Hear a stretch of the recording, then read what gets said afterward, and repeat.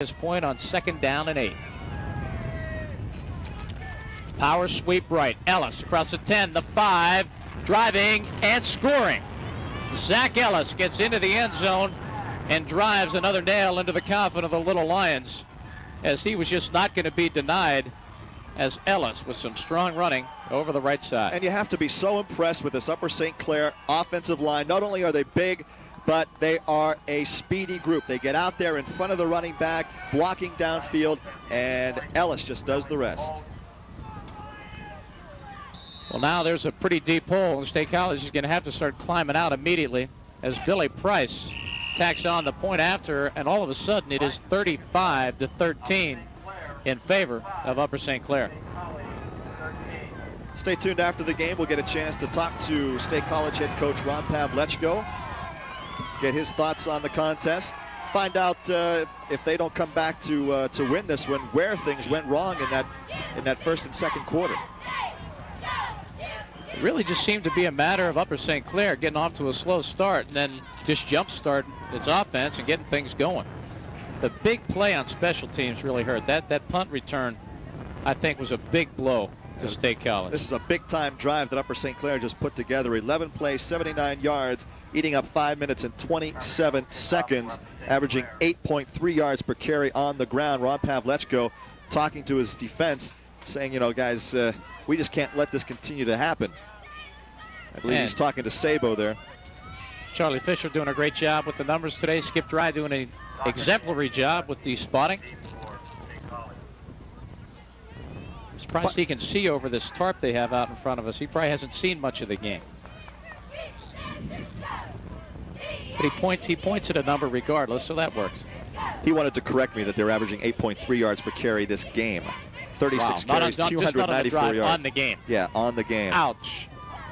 Skip, congratulations, by the way, on the arrival at about future arrival. He and his wife Diane expecting their first. That is fantastic.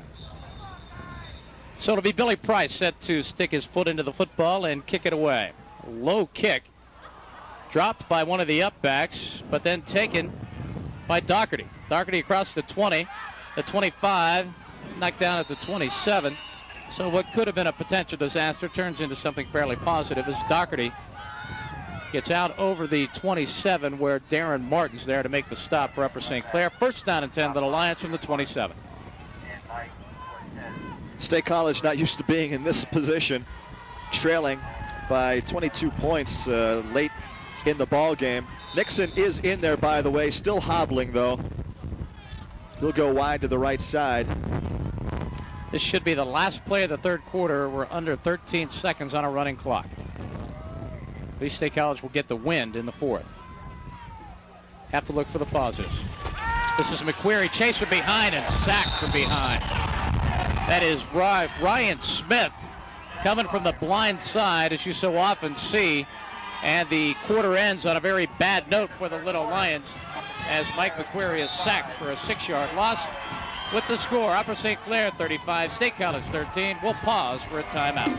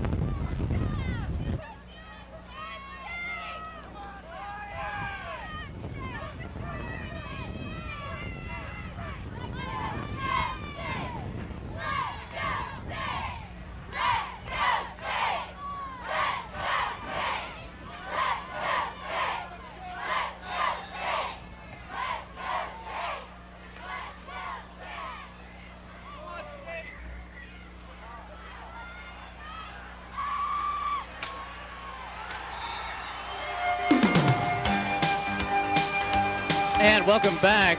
You saw the tail end of the first play of the fourth quarter, and it wasn't a pretty one for the Little Lions. Ross Drenning dragging quarterback Mike McQuarrie down from behind. 2 consecutive sacks. Leaves the Lions with a 3rd and 24. And again, when you're down, the other team knows you got to throw, so they just start sending people, and they're just all over Mike McQuarrie right now. You can see the looks on the faces of some of the Little Lions on the sideline.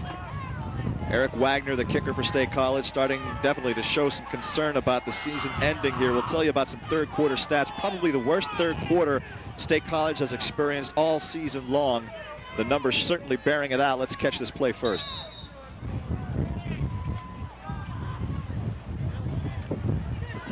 I think Mike McQuarrie, with this win, could probably throw the ball 80 to 90 yards in the air. So I think you just send somebody long and just fire it. He'll need time, though. He hasn't had it the last 2 plays. This is Nixon in motion. He is definitely hobbled. He is not 100%. The drop play to Bauer loses his footing, and that's not pretty. And there's another example of how that ankle must be bothering Nixon, because you're trailing 35-13 last quarter. You want to give it to your big play guy. They don't give it to Nixon. They give it to Bauer instead, and he's definitely hobbling. And that's a shame, because you want a big game. You want your big play player to be full strength, and he just isn't right now. Mark Hondrew making the tackle as McQuarrie talks to head coach Ron Pavlechko about what went wrong on that series. In the third quarter, State College managing just 4 offensive plays. Upper St. Clair with 16. That's not pretty. Bobby Bauer set to kick it away, and it's partially blocked, but takes a pretty good State College bounce, but it'll be tremendous field position for Upper St. Clair. They'll take over 1st and 10 at the State College 28-yard line. Todd aiming to get a big paw on the kick, and it's been a bad day for the State College special teams. Yeah, the rivets are just starting to pop out on this one for State College. Everything's starting to fall apart. 313 total yards of offense for for Upper St. Clair, 229 for Ron Pavlechko's Little Lions. The numbers, everything pointing towards Upper St. Clair, including the scoreboard. 35-13, 10 minutes left to go. So you certainly look for Upper St. Clair to keep it on the ground, as they've done anyhow throughout the game. This is Ellis over the left side. He's across the 20, the 15. Don't know if he stayed in bounds. Yes, he did. He's all the way down to the 10, where Justin Doherty and Dave Rocco knocked him out of bounds. But not before he picked up another first down on a nice bit of running by Zach Ellis. He's kind of the second back of this tandem, but he's awfully tough. Yeah, he has the hot hand, so you might as well just keep giving it to him. And when you have an offensive line pushing that defensive line 5 and 6 yards back, Ellis is able to get up a pretty good head of steam and just make things happen. Right now, Ellis, 13 carries for 99 yards and 1 touchdown. He should go over 100 here. 1st and 10, Upper St. Clair. First back through is Ross Alessandro. They never do get him down, but his momentum is stopped at the 6-yard line. D'Antonio there with a stop. 2nd down and 6.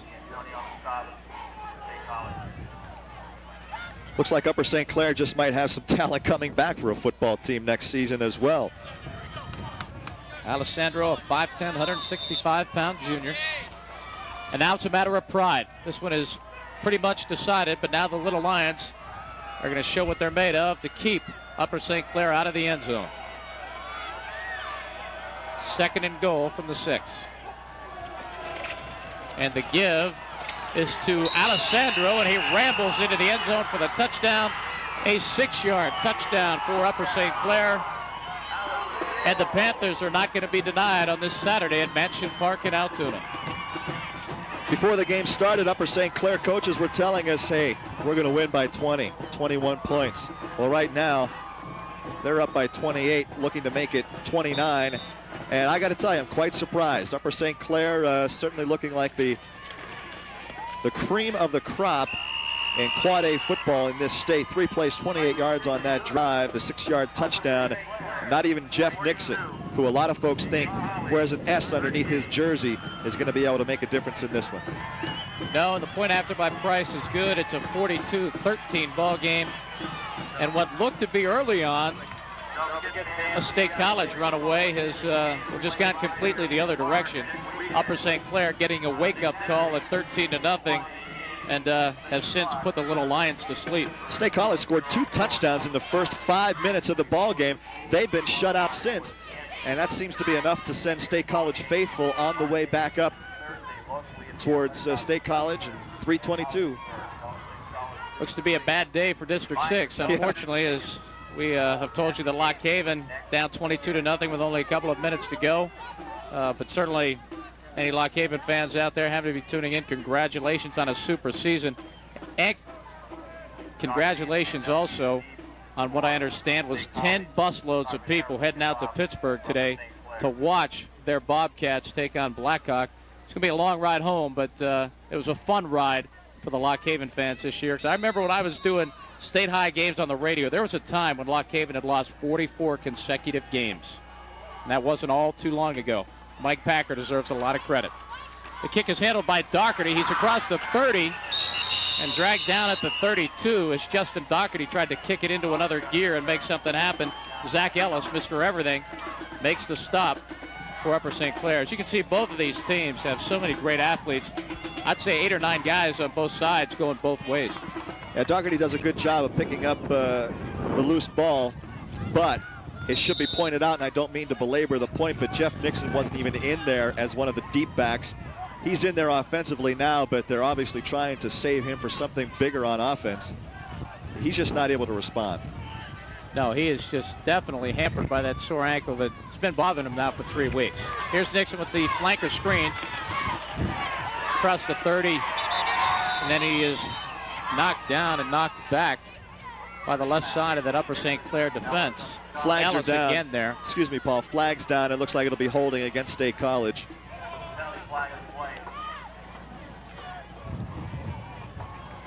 That's exactly the indication and the call. So with 8:36 left to go, it has gone from bad to worse for the Little Lions. Watch Nixon. He can't even plant and get up ahead of steam. That ankle's bothering him so much, and as a result, he pays the price as Ellis just comes up and pops him. And I think a good decision there by Ron Pavlechko to bring Jeff out of the ball game. If you can't be effective, there's no sense being in there. But boy, what a year he had coming into this ball game. Nixon with 1,578 yards, 20 touchdowns, had another couple hundred yards receiving. He was just every opponent's nightmare this year, and he and Bobby Bauer were quite a tandem at the running back spot, and along with Mike McQuarrie, throwing it and running it. Not hard to figure out why they were 13-0, but they've just attempted to go to a different level, and I just don't think they were at the same level as Upper St. Clair, at least particularly not on this Saturday. First down, 21, Little Lions. McQuarrie back to throw, airs it out, nobody home. Oh, what a play. Almost picked off by Rick West. He bobbled it and was not able to possess the football, but a great effort by Rick West. And I assume we can close the book on Jeff Nixon. 9 carries, 119 yards, 1 touchdown. He also caught the ball 1 time for 16 yards. So over 1,600 yards rushing for Jeff Nixon in 1992. And being a State College resident, Paul, you're familiar with Penn State. He's made a couple of visits to Penn State, but that would not seem to be the smart choice for him to go to school. No, not when you have 3 redshirt tailbacks there. Right. I think he has to go where, he's going to give himself a better chance to play. I don't think he's ruled out Penn State, but it wouldn't seem like a logical choice.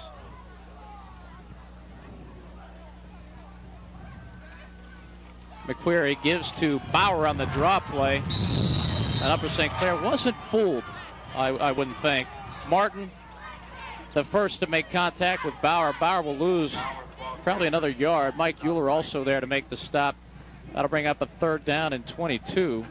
7:47 on a running clock. 3 defenders there to bring Bauer down, and I'll tell you, at this point in the ball game, Upper St. Clair's defensive line is just going to tee off and pop anything that moves, because they know that if it's not, it's going to be a pass. I'm surprised they went for the draw, but that deep in State College territory, you don't want to make another mistake, add to the point total at this point in the game. It's 42-13. We're closing in on 7 minutes left. And up front, give Jim Render credit. It's a whole second unit of a defensive front. This is Bauer of the left side. It's across the 20 to about the 22. Now we have some extracurriculars taking place after the whistle. Flags are down. Could be one of those penalties that goes both ways, but State College, the frustration of a 29-point deficit in the Western Final beginning the show. They're going to call it against Upper St. Clair and State College. Offsetting. Yeah, and they're throwing both of the players out of the game. Couldn't see who it was, but both players are out of the game. Soyster will go out for State College. And that's just a matter of total frustration. Worked so hard, put so much into the effort. And you know Ron Pavlechko is telling them to just relax and don't worry about it. This one's already over. It's hard to think back on what a great year it's been when you're getting licked 42-13, but when it's all over, you realize it was a heck of a ride. Just good to see competitive fire. I don't mind seeing that. I mean, I don't like when they lose their poise and make mistakes, but I like to see kids care that much about a game. I really do. The harder you prepare, the harder it is to surrender. Yeah, and these guys don't want to surrender. Soyster certainly not feeling the cold temperatures. He was hot after that play. The emotions flying. I don't know who they threw out for Upper St. Clair. I guess it really doesn't matter. Probably nobody by the reaction of the crowd. I think Soyster is the only one to get the boot. I don't see anybody leaving. Mike's got Division I prospects ahead of him. And I'll tell you what, I think coaches will like the fire. I think they'll like that about him. That's not a negative. I mean, he was. It's a violent game. He got the junk coming out of the nose. I mean, he was sweating. His face was all scrunched up. I mean, this guy, he just wanted to take on the entire Upper St. Clair team. He might be the only high school kid to make the All-Madden team this year. If we send John Madden that cut videotape, he might make the All-Madden team. Soyster, one of those guys that could get a dirty jersey on a turf field. You know, he's just one of those guys. How do you do that? So on fourth down, it looks like State College is just going to put up the white flag and punt it away. And Bauer with a low kick. That'll come down, get across midfield, and get down to about the 43-yard line of Upper St. Clair. 6 minutes and 33 seconds left in this Quad A Western Final, where it is Upper St. Clair 42, State College 13. Don't go away. We'll be right back.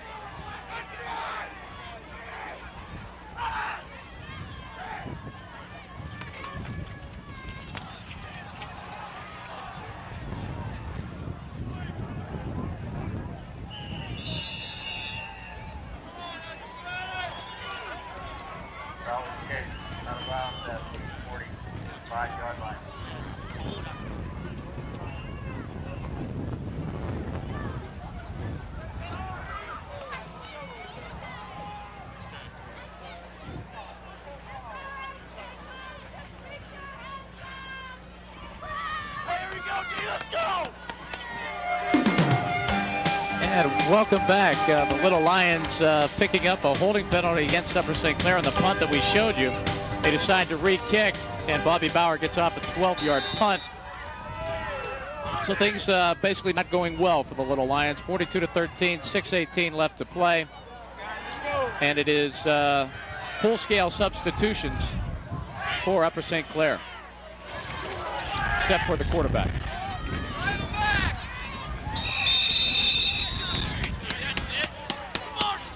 That is number 32, Ross Alessandro, with the carry. Well, at this point in the game, it comes down to whether or not you studied the entire State College roster.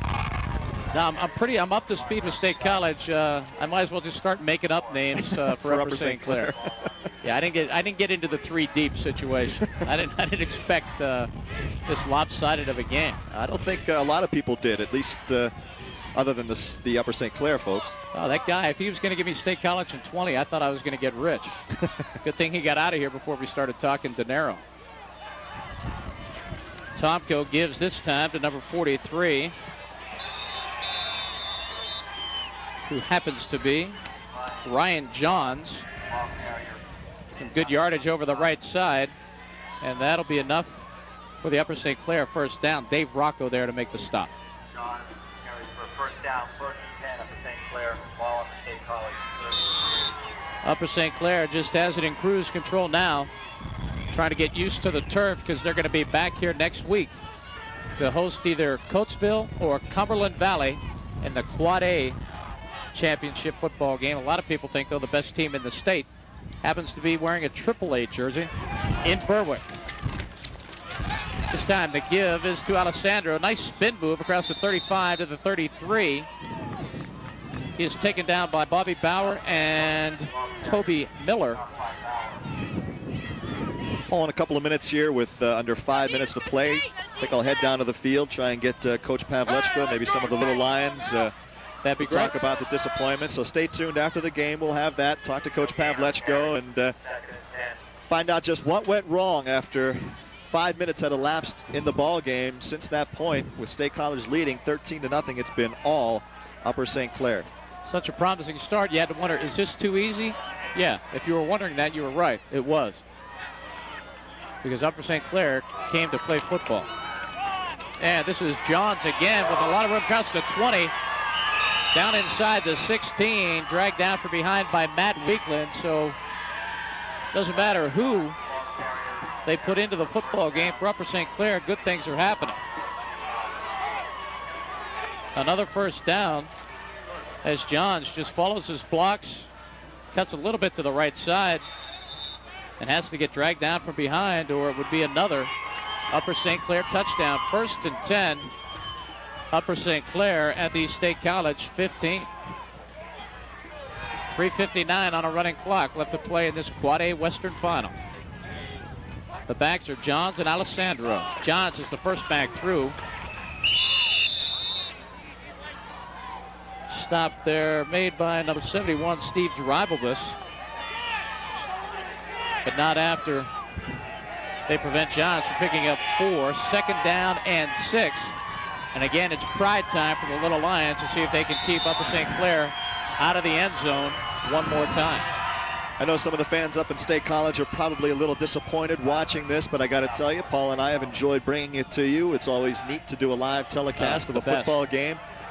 We've enjoyed it. We hope you appreciated the coverage. It's been a lot of fun bringing it to you, but State College is going to see their season end here, unfortunately. Flags are down. On the carry is 24, Pat Phillips. Sabo there to make the stop defensively, but we have a clip against the Panthers, so the penalty will maybe prevent